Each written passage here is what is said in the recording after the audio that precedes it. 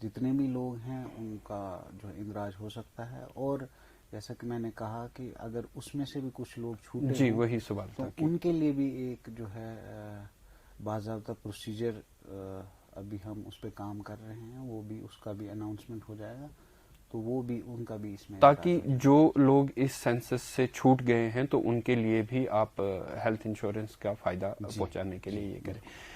اس میں جو کوئی بھی پرسن ہے اس کی کیا کوئی ایج لمٹ کا رکھا گیا ہے؟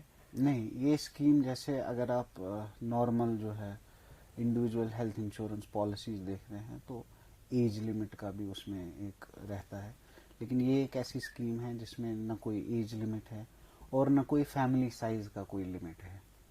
دونوں جو ہے لمٹ سے یہ مبرہ ہے. اب ایک سوال اور ہمارے ذہن میں آتا ہے کہ اگر کوئی نیا ممبر اس میں جوڑنا ہو, جیسے کسی فیملی میں بچہ پیدا ہوتا ہے یا شادی ہوتی ہے تو نیا ممبر جوڑنا ہو تو اس کے لیے کوئی پروسیجر ہے اس میں؟ ہاں, اس میں نیا ممبر جوڑنے کا پروویژن آلریڈی ہے. اگر نیا ممبر جوڑنا ہے وہ سی ایس سی سینٹر پہ نہیں ہوگا, وہ آپ کے کسی امپینلڈ ہاسپٹل پہ جانا پڑے گا.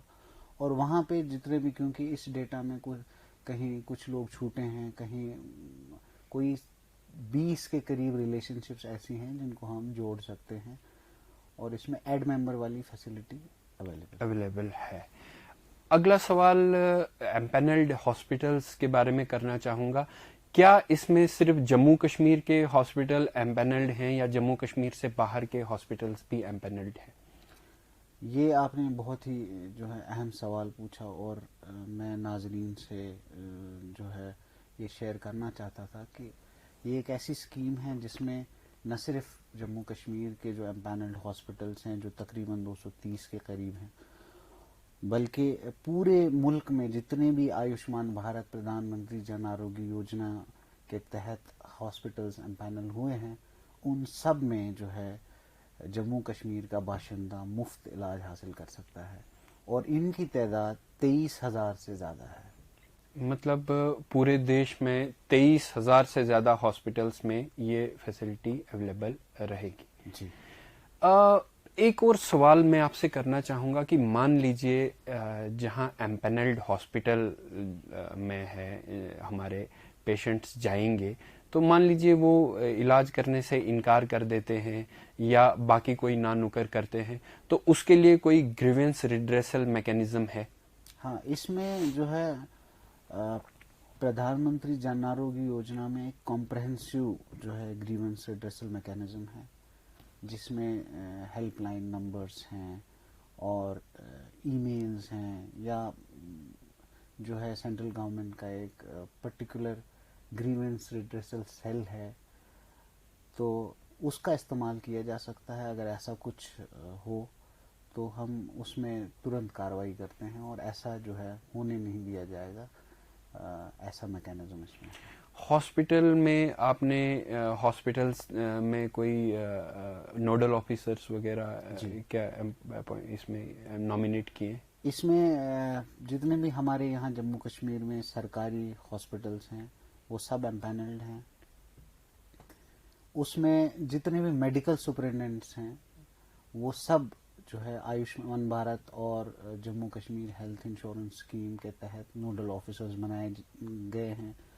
کچھ میڈیکل کوآرڈینیٹرز کو بھی تعینات کیا گیا ہے, اور جو بھی رجسٹریشن کاؤنٹر ہے وہاں ہمارا ایک اسپیسیفک جو ہے کیاسک ہوگا جس میں ایک پردھان منتری آروگیہ مترا بیٹھتا ہے, اور یہ ایک پراپر جو ہے ڈیلیگیشن کی گئی ہے جو ہے پاورز کی, اور اسی جو ہے ہیرارکی کے تحت جو ہے ہر کیس کو دیکھا جاتا ہے. ڈاکٹر صاحب ایک اور سوال ہم آپ سے جاننا چاہیں گے کہ اس اسکیم میں کون کون سے پیکیجز جو ہیں وہ شامل ہیں؟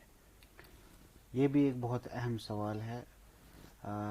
ہمارے Jammu Kashmir health insurance scheme میں وہ سب پیکیجز شامل ہیں جو آیوشمان بھارت پردھان منتری جن آروگیہ یوجنا میں شامل ہیں. 1500 سے زیادہ پیکیجز اس میں شامل ہیں, جو سب جس میں ہاسپٹلائزیشن کی ضرورت ہے وہ سب پیکیجز اس میں شامل ہیں.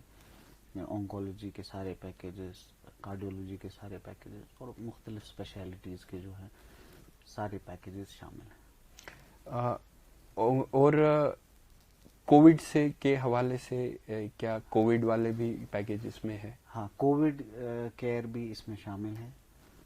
یہ بھی ایک اہم انفارمیشن ہے جو ناظرین سے شیئر کرنا چاہیں گے کہ کووڈ بھی اس میں شامل ہے. مطلب باقی سارے پیکیجز کے علاوہ کووڈ کا پیکیج بھی اس اسکیم میں شامل رہے جی گا؟ بالکل شامل ہے. ڈاکٹر صاحب، آخر میں ہم چاہیں گے کہ آپ جموں کشمیر کے لوگوں کے لیے اس اسکیم کے حوالے سے کوئی میسج دیں. ہم نے ابھی تک 21 ستمبر 2020 سے جو ہے رجسٹریشن کا سلسلہ شروع ہوا ہے، اور میں آپ کو بتاتا چلوں کہ 7 لاکھ سے زیادہ جو ہے رجسٹریشن ابھی تک ہو چکی ہیں. میری یہی میسج رہے گی کہ زیادہ سے زیادہ لوگ اپنے آپ کو اس اسکیم میں رجسٹر کریں، تاکہ جو ہے جب یہ اسکیم باضابطہ طور جب اس کا آغاز ہوگا تو جتنے بھی خواہش مند لوگ ہیں جن کو علاج کی ضرورت ہے تو وہ بنا کسی تکلیف کے، بنا کسی جو ہے پریشانی کے علاج حاصل کر سکیں. ڈاکٹر صاحب، آپ ہمارے اسٹوڈیو میں آئے اور ہمیں جموں کشمیر ہیلتھ اسکیم کے حوالے سے اتنی اچھی جانکاری دی، اس کے لیے آپ کا بہت بہت شکریہ. سکون کے اس ایپیسوڈ میں آج اتنا ہی. اگلے ایپیسوڈ میں آپ سے پھر ملاقات ہوگی. تب تک کے لیے نمسکار، آداب.